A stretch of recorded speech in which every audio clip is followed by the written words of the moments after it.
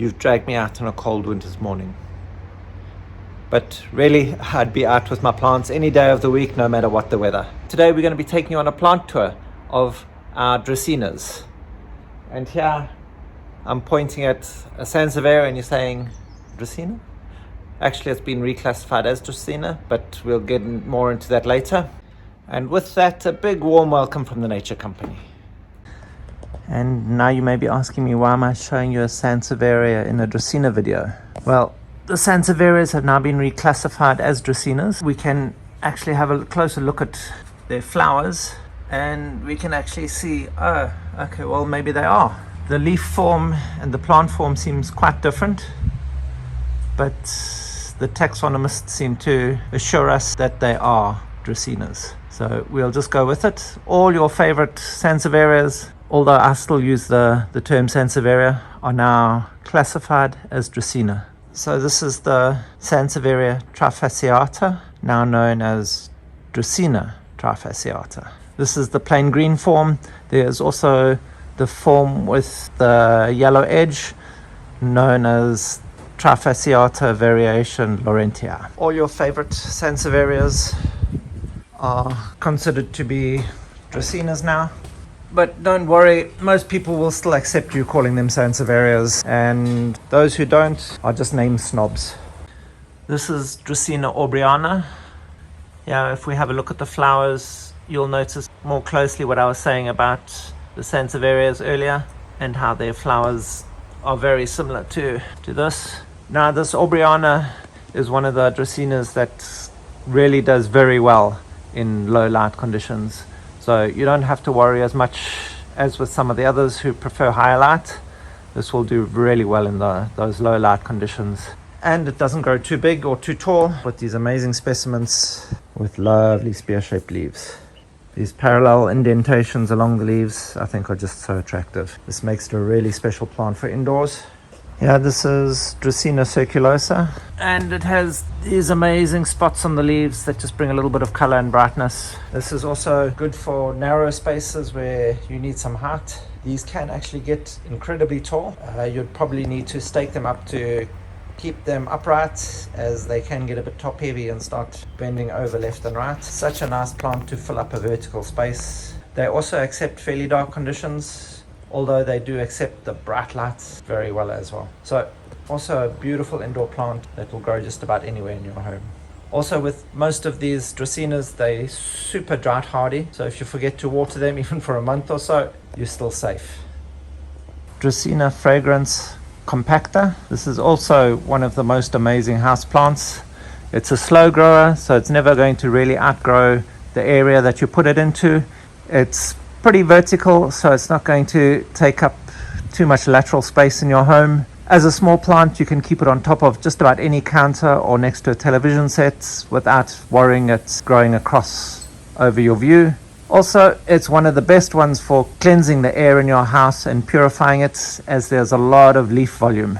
And this deep, dark green just does so beautifully in the home, juxtapositioned against either white walls or dark walls, just makes a statement. Also, it has that nice gloss to it, just adds that extra texture into your home. For those larger areas indoors or outdoors, Dracaena marginata. These can grow incredibly tall out by themselves in the garden. In the pot, they're basically bonsaied by the size pot that you're keeping them in. They produce these amazing architectural shapes that look amazing indoors if you have a large enough space to keep them. And as with most Dracenas, propagation is incredibly easy. Just by trimming it off, you can just shove that cut off piece into a pot and you've got yourself a new plant. Another beautiful plant that will take up a lot of space in a home if you allow it, but provides also this exquisite architectural look with these gnarled, curved, coiling branches and these beautiful twisted leaves that are all coalesced towards the ends of the branches. This can be trimmed and kept neater and tidier, but I like this wild appearance. Dracaena americana. This has a very similar growing habit to Reflexa, but as we notice, the leaves are a lot more reed-like. They're less curved and curled, but still growing towards the tips of the branches, so it has almost identical growing conditions and also just as hardy. And if you're looking for it in the home, just by using shorter cut pieces, they will grow incredibly slowly if kept in a pot. They bonsai to a point, and then you can just recut and trim back and allow the new shoots off those cut off pieces. And again, you'll have more plants. Dracaena deramensis. Here we have the more sought after colorway. This will revert back to this, which grows generally a lot faster and will outgrow your chosen variegation. But don't worry, by doing top cuttings you can keep it separate and keep your plant in the colorway that you prefer. This will accept dark. In the full sun it can burn and get this copper coloration to the leaves, but it will still grow and thrive. So indoors or outdoors, you'll have a happy, hardy, easy to grow plant. Dracaena arborea. This, with the leaves being quite firm, produces large, upright, rounded heads with almost like spiky, pointed heads on large, thick canes. This will grow into a tree. That's why its scientific name is arborea, which actually means tree. So this can be used indoors as well, in large spaces or out in the garden. This will grow in full sun or actually in quite dense shade as well. In the dense shade you get that deeper, darker green, which is quite lovely.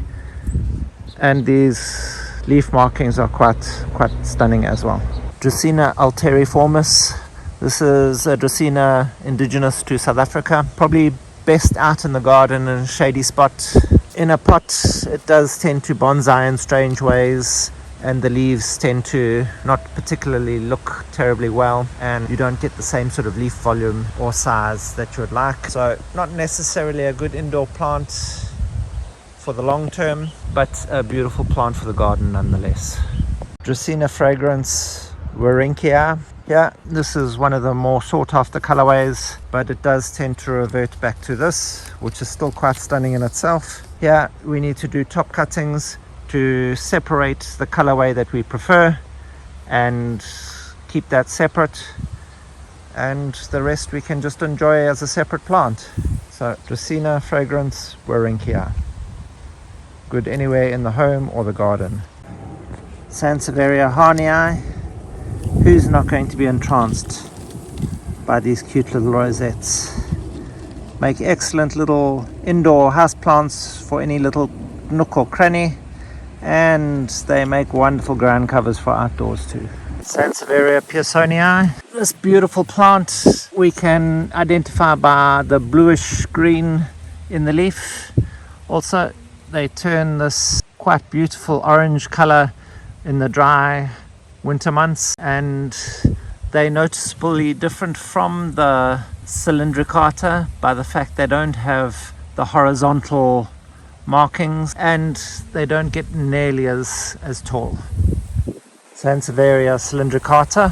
Here we can see these white horizontal stripes that form on these beautiful elephant-like tusks. That's the common name for it, elephant tusk. They make a magnificent display, very upright, so in a tall pot they actually stand up tall and grow up to about 2 meters and are quite stunning when fully grown. Quite slow growing, but they'll grow indoors or outdoors and just make a magnificent display. And another beautiful Sansevieria with these wonderful horizontal white markings, Sansevieria safruticosa. Bit difficult to keep indoors as they tend to run off on these long stolons to produce their pups. But if you're keeping them neat, constantly trimming and replanting, then you can have these beautiful babies indoors in pots, and just with some careful management you'll have wonderful plants. And Sansevieria hyacinthoides. These leaves are still going to get a lot broader and a lot thicker. The flower spike on these are going to be a huge big flower spike filled with creamy white flowers with that amazing scent of a hyacinth, and hence the name Hyacinthoides. The small growing harnias also get the same variegation as we do get in the Trifasciata, the Laurentii. Here we can see almost identical coloration, just so stunning as a small plant.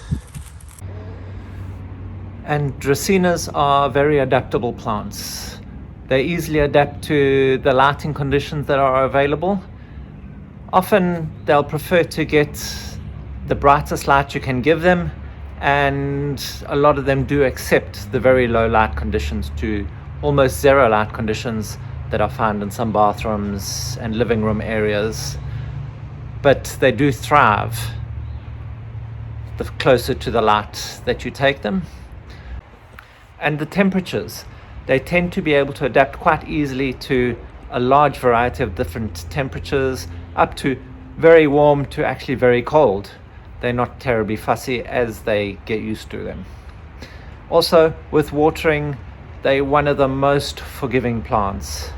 So even if you forget to water them for a month, generally they're okay and they don't mind terribly much, as long as you then give them a drop to drink. Also, one of the biggest problems you will have with the watering is overwatering. Overwatering can rot the roots, as their roots are very carrot-like in a way. They absorb a lot of water and hold it there for those times when the plant needs it, and that's how they overcome those drought periods. So with that, make sure that you've got a nice well-drained light medium that you're going to be potting them into. It doesn't have to be a soil mix, it can be a non-soil based mix such as coir and perlite, but be sure to make sure the drainage is good, so that we don't have a soggy media that's going to slowly rot the roots, and that's what is generally going to be the biggest problem to your plants. Also with Sansevierias, they don't need heavy feeding. A light feeding occasionally does the trick. I'll generally give it a light feeding once a month with an organic plant food, foliar feed, and then just pour in a bit with my regular watering. So it's easily done, quick, no fuss.